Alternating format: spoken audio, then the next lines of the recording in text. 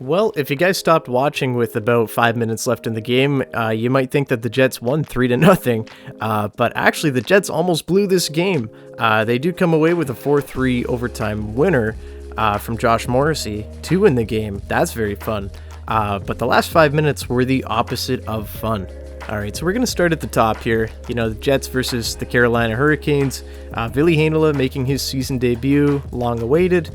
And obviously, Paul Stastny playing on the Carolina Hurricanes now, making his return to Winnipeg for the first time since signing in Carolina. So this is a team that is regularly outchancing their opponents. The Carolina Hurricanes are a very good team that just, might not have the luck right now, right?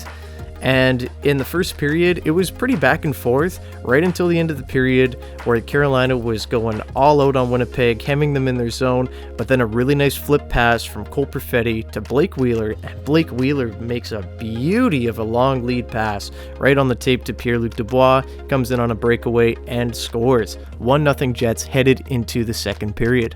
Going into the second, it really did feel like the Jets carried a lot of their momentum from the first period, and then in the second period, it's David Gustafsson coming in on a breakaway, getting stuffed, but who's there to snatch up the rebound? It's Mikey Eyssimont burying his first NHL goal. Really happy for Mikey. Just a lunch pail guy, man. He works so hard. I'm so happy that he's gotten a call-up and that he's been able to pot his first NHL goal. I believe that's his fourth NHL game that he played tonight, so shout out to Mikey Eyssimont. Definitely deserve it. That guy works so hard. And everybody on the fourth line chipping in there. Harkins and Gustafsson getting assists. Really happy to see Eyssimont get that one. So it all felt pretty good, honestly. Aside from the power play struggling, everything was good. Weird choice to put Ville Heinola in the lineup and then not put him on the power play, especially with how tragic the power play has been all season long. It's been pretty stale. I thought maybe they put him in there to change it up, but apparently that's not the plan. But whatever. Moving on into the third period, and guess who it is? It's Josh Morrissey. Josh Norrisy scoring his second of the season.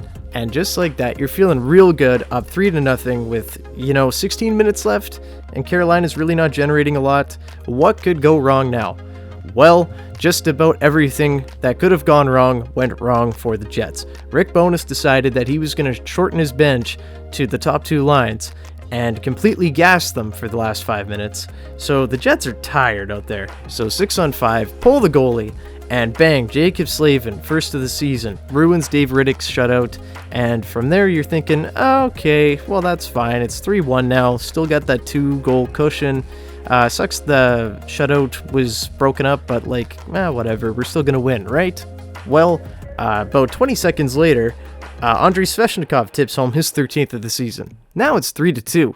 So now you're starting to panic a little bit, right? That's not good. You don't really like to see that. You know what you hate more than 3-2? 3-3, and Marty Necas scores his 9th of the season with 39 seconds to go in the third, and the Jets had somehow blown a 3-goal lead in the span of about 4 minutes in the third period.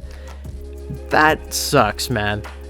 I don't know what Bowness is doing with just playing two lines for the last 5 minutes of the game. Those guys could not move out there. Those guys were tired, and it showed. Carolina was out there energized, trying to get back into the game. Total desperation mode. And, maybe play some guys that are completely rested, and maybe you'd have a little bit more success. These guys are, kneeled over. Come on, man.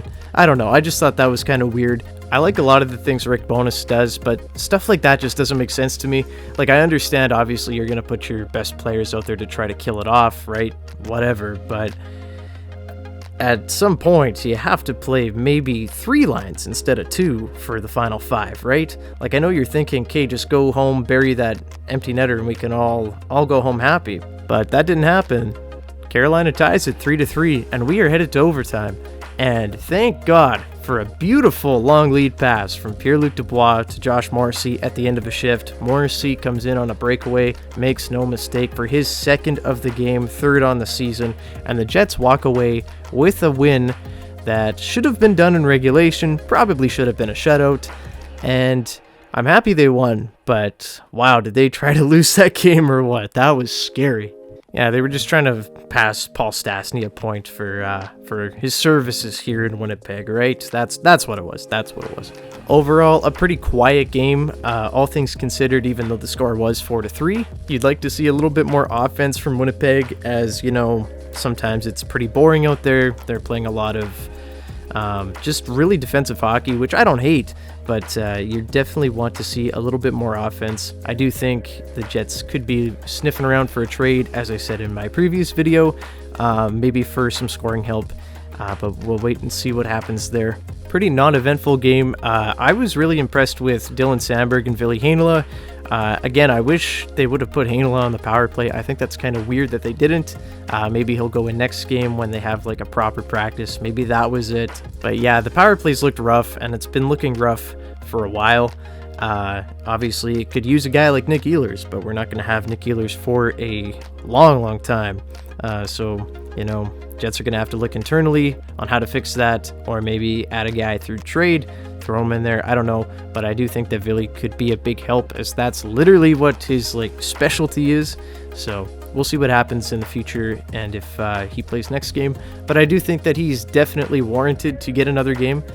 He played no worse than Kyle Capobianco. I think him and Sandberg were fine, and he was playing on his offside, and I think he made some really nice plays. The first period, I don't know, for the first like 10 minutes was a little shaky, but he really settled in. I thought his decision making was great.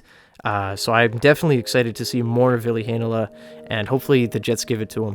I feel for Dave Riddick a little bit for not getting that shutout. I really thought that he was going to get that one and, you know, walk away with the win.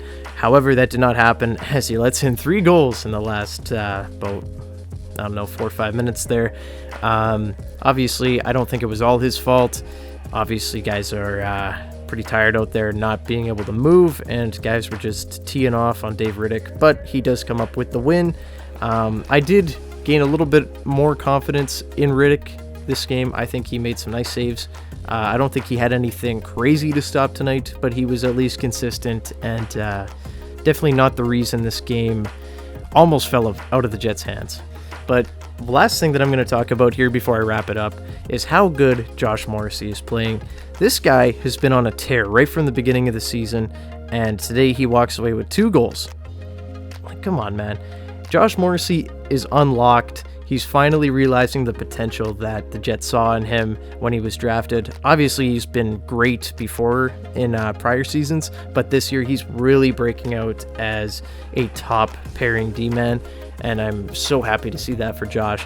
I've always been a massive Josh Morrissey fan, even when, you know, fans were saying, no, it's time to get rid of Morrissey, that contract's bad. I never really saw it, and it was obviously just a product of who he was playing with. You know, obviously Tucker Poolman, you know, Jamie Benn, the list goes on of bad players he was playing with.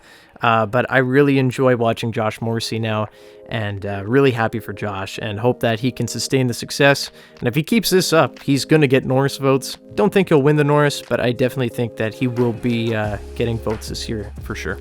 But that is where I'm going to leave it. Love to hear from you guys. What were your thoughts on the game? Were you happy? Were you sad? Were you mad? Were you glad? I'd love to hear from you. And yeah, we'll see you in the next one. Go Jets, go. Bye-bye.